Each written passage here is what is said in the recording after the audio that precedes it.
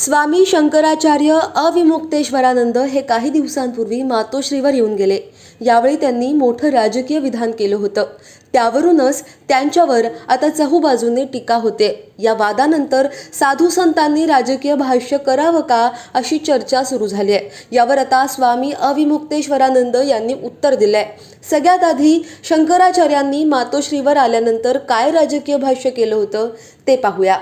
भाई, हम कह रहे हैं कि उद्धव ठाकरे जी के साथ विश्वासघात हुआ है।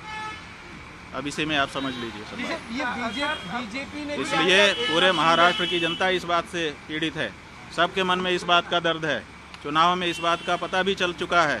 अब तो ये बात प्रमाणित हो चुकी है कि महाराष्ट्र की जनता इस बात को मानती है कि उद्धव ठाकरे जी के साथ विश्वासघात हुआ है और ये ठीक नहीं है। ये जनता का भी अनादर है। जनता जिसके लिए बहुमत देती है उसको उसके समय तक के लिए बनाए रखना चाहिए।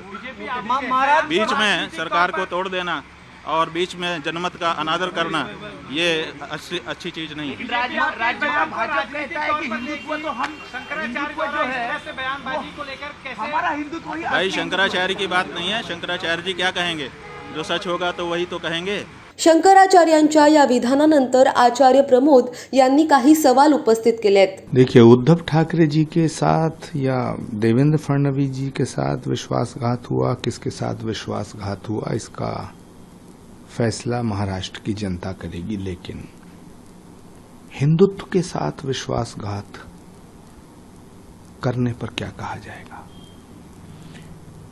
जिन्होंने बाला साहब ठाकरे साहब की विचारधारा के साथ विश्वासघात किया हो, उस पर क्या कहा जाएगा? पूज्यपाद शंकराचार्य जी को जरूर बताना चाहिए कि जिन्होंने छत्रपति शिवाजी महाराज की विचारधारा के साथ विश्वासघात किया है, उस पर क्या कहा जाएगा? जिन्होंने सनातन की और हिंदुत्व की विचारधारा के साथ विश्वासघात किया है, उस पर क्या कहा जाएगा? जिन्होंने वीर सावरकर की विचारधारा के साथ विश्वासघात किया है, उस पर क्या कहा जाएगा?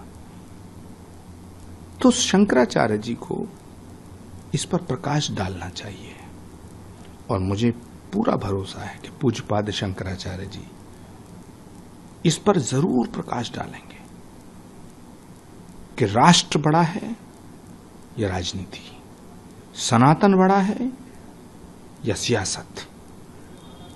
जिन्होंने भारत माता के साथ विश्वासघात किया हो, उस पर क्या कहा जाए? जिन्होंने वंदे मातरम के साथ विश्वासघात किया हो, उस पर क्या कहा जाए? उसको क्या कहा जाए? पाप या पुण्य? सोना चोरी हुआ है, शंकराचार्य जी ये बात कह रहे हैं तो जरूर जांच होनी चाहिए। राज्य सरकार को इसकी जांच करनी चाहिए।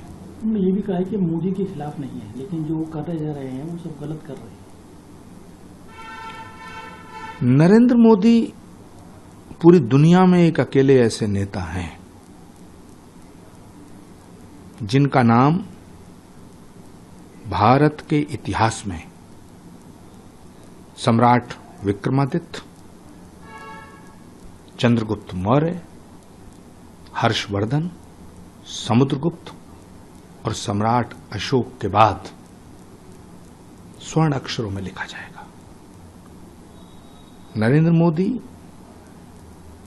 एक अकेले ऐसे नेता हैं देश की आजादी के बाद और देश की आजादी से पहले जो सनातन के ध्वजवाहक के रूप में पूरे विश्व के पटल पर जिन्होंने भारत का और सनातन का ध्वज पूरे विश्व के पटल पर फहराने का काम किया है। मुझे नहीं लगता कि नरेंद्र मोदी जी से ज्यादा किसी ने भी सनातन का काम किया है, राष्ट्र का काम किया है।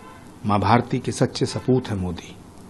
नरेंद्र मोदी का विरोध करना है तो करो, किसी को कोई ऐतराज नहीं है, लेकिन इस राष्ट्र का ख्याल करो, मां भारती का ख्याल करो। शंकराचार्यांनी राजकीय विधान करणं योग्य नाही अशी टीका होत असताना स्वामी अविमुक्तेश्वरानंद यांनीच या टीकेला उत्तर दिले। हम सन्यासी हैं, पॉलिटिकल बयान नहीं देना चाहिए। बिल्कुल सही, एकदम सही है। हम इस सिद्धांत के हैं लेकिन पॉलिटिकल वाले को भी तो धर्म के मामले में नहीं करना चाहिए, आगे बढ़ना चाहिए। पॉलिटिकल वाला धर्म के मामले में आगे बढ़े, आप लोग उसका समर्थन करो। मोदी जी अगर मंदिर में आके धर्म स्थापना करने लगे तो आप लोग उसको एकदम लाइव दिखाओ, और अगर शंकराचार्य मंदिर के बारे में, धर्म के बारे में कुछ बोल दे तो आप कहो कि सन्यासी को नहीं करना चाहिए। राजनीतिज्ञ लोग धर्म में हस्तक्षेप बंद करें, हम गारंटी दे रहे हैं कि हम राजनीति में बोलना बंद कर देंगे।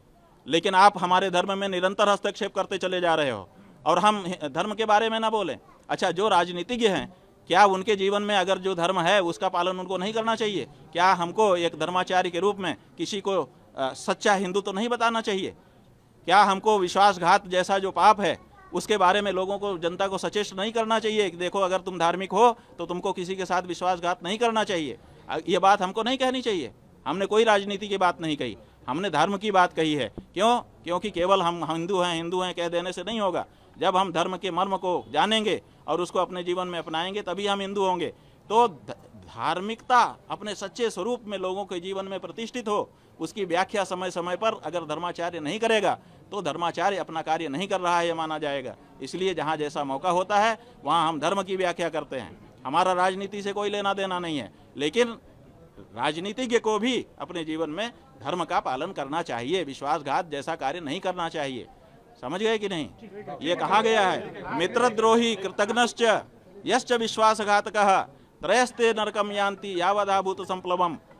मित्र का द्रोह करना, किसी ने आपके ऊपर उपकार किया है उसको भुला देना, और विश्वास का घात करना, ये जो 3 लोग हैं ये जब तक प्रलय नहीं हो जाता है तब तक के लिए नरक में धकेल दिए जाते हैं। तो ये बात हम हिंदू को ना बताएं कि विश्वासघाती मत बनो।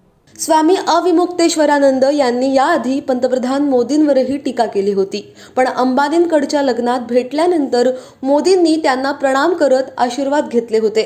त्यामुळे या राजकीय विधानानंतर साधू संतांनी राजकारणाच्या आखाड्यात बोलावं का याचीही चर्चा सुरू झाली आहे।